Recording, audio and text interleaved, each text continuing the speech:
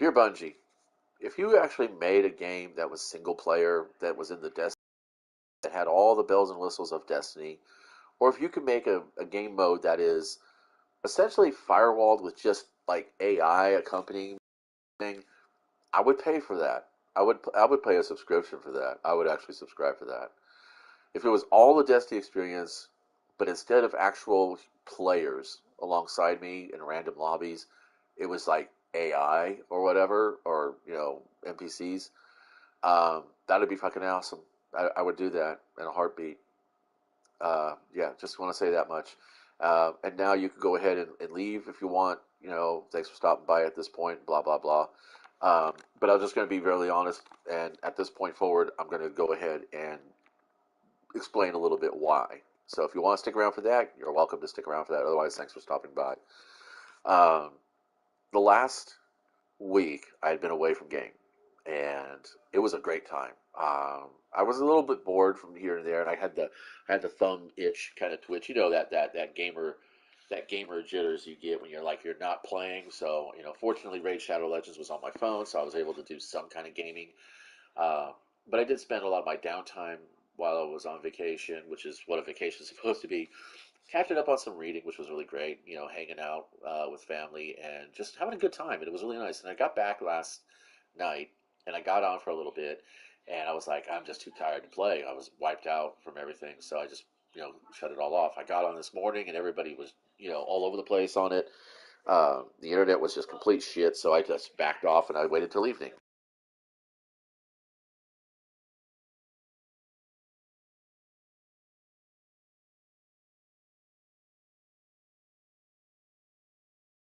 So like the last like 5 or 6 activities that I've done, at least 3 of them have had a player in there where they circle around you and they put their gun in your face and they shoot at you and they throw grenades at you or whatever. They swing at you with their swords or their glaives, and I'm like, dude, this is not friendly fire. This isn't Crucible. Save that shit for Crucible.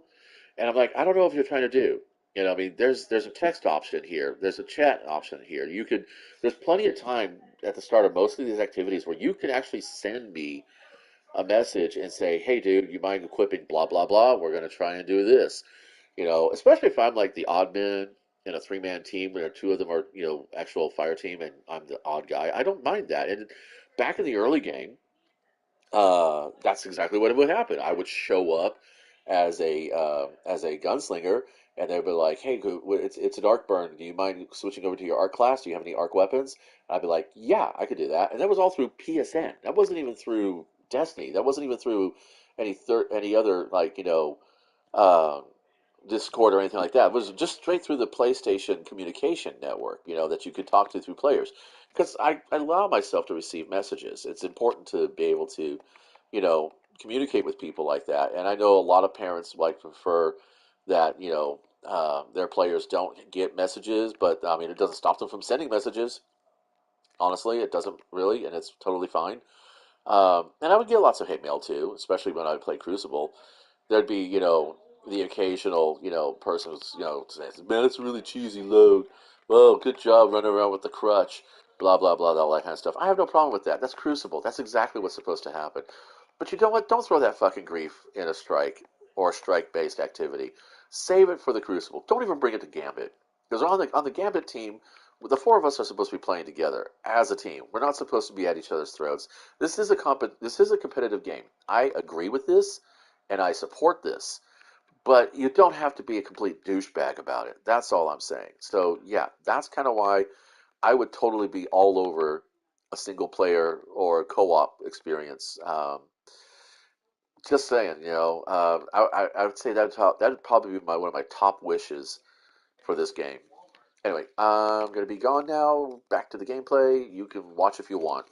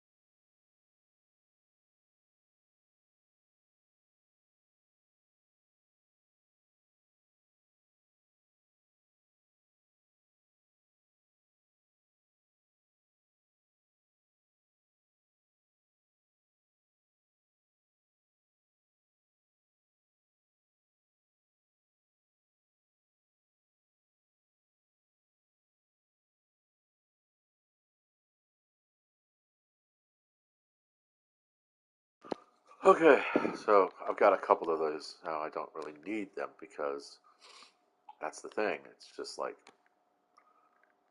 not really doing it all that much. Anyway, so this is the shaped one. We're going to put this one in here. We're going to take the 1570 version here, which is just Glimmer now. That's cool. So that's that. Lock it down. Throw this out. Throw this away. We don't need them.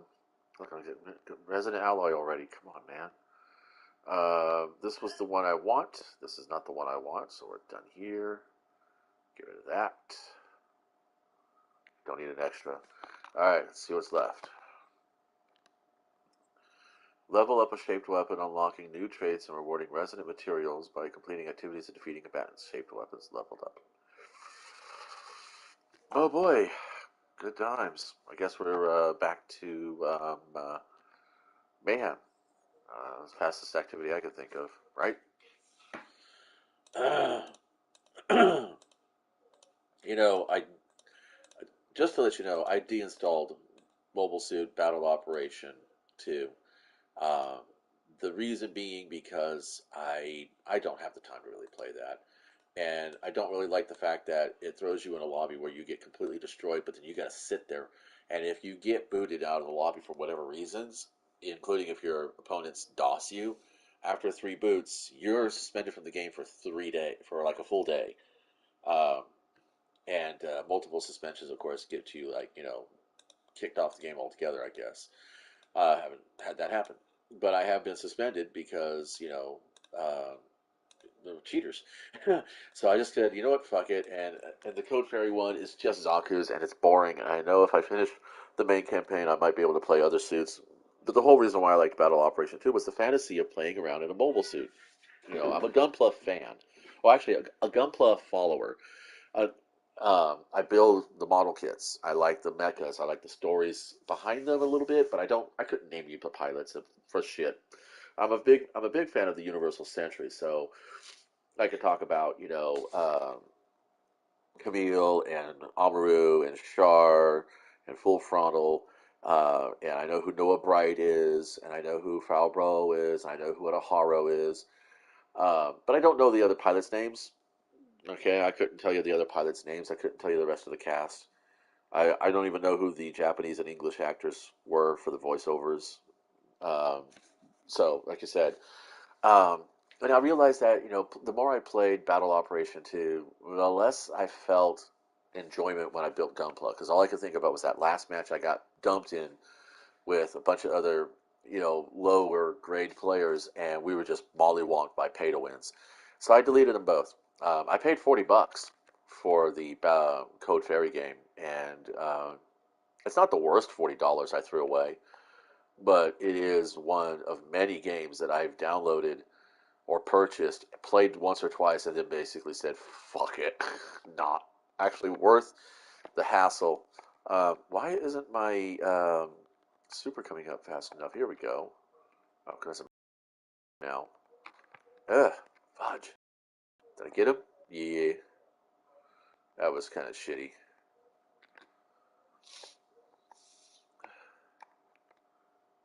Wow. Yeah. Okay. Okay. Okay. Yeah. Why run straight at me? I mean, fucking a, dude. That's what I'm talking about. I just don't like playing with other players. Anyway, the point about talking about Battle Operation 2 is that they had a mode in the game. You couldn't get an experience, but you could if you beat the clock at certain. And it was a daily thing, I think, pretty much. So I didn't have to. Oh, he's just like he saw that blade. And see, that's the thing is that of course warlocks and titans can fucking skate away from our abilities because they always have. They've always been able to. But when you get a fully committed and persistent hunter like myself, you're gonna get shot. You're gonna get it. You're gonna get murdered. Um, so it's like I said. I mean, I like playing Mayhem more than any other Crucible mode. Mostly because I can just turn my brain off and just run around the map and do shit. But every now and then, there's just enough of a lull. People are waiting for their supers or whatever that you end up, dealing with somebody who's gonna just be annoying. And it's like I tell my kids all the time whenever they ask me questions about life, the universe, and everything. I says, because humans are involved, it's going to be complicated. So I can give you 3 reference points, and you can draw your conclusions from there. Pick one of the three, or come up with your own. But you understand what my reasoning is. I'll always be willing to explain to them what my reasoning is. Ugh, like I walked into that murder hole for no good reason other than the fact that I wasn't paying attention. Anyway, um, so let's see. This is a nice map for these supers. I have to practice with this staff thingy. Oh, that's the other thing. Yeah. So, like I said, I wish there was a way that you could play Crucible against against NPCs with an NPC team on you. You know, because that was a lot of fun in Battle Operation 2. And the thing is that I would I would reinstall that game in a heartbeat just for that. But at the same time, the whole point of playing that game is the power fantasy of playing all the suits. You don't really get a chance to. Whoops, you're not a bad guy. Why'd you look like a bad guy to me? You don't really get the chance to play all the suits, you know. So I don't know.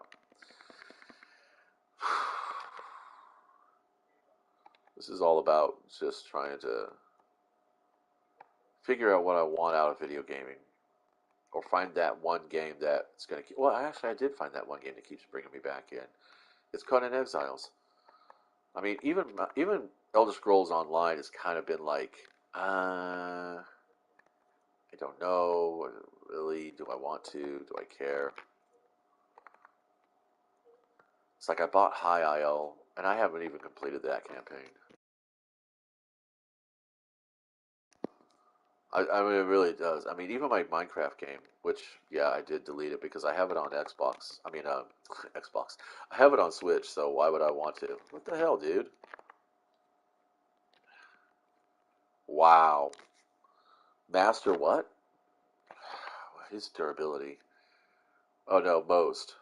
Is there a master? No, Mister. Oh, there is a mass. Okay, this guy. Yep, that was who I was attacking. Yeah, that's 100. Okay, that makes sense.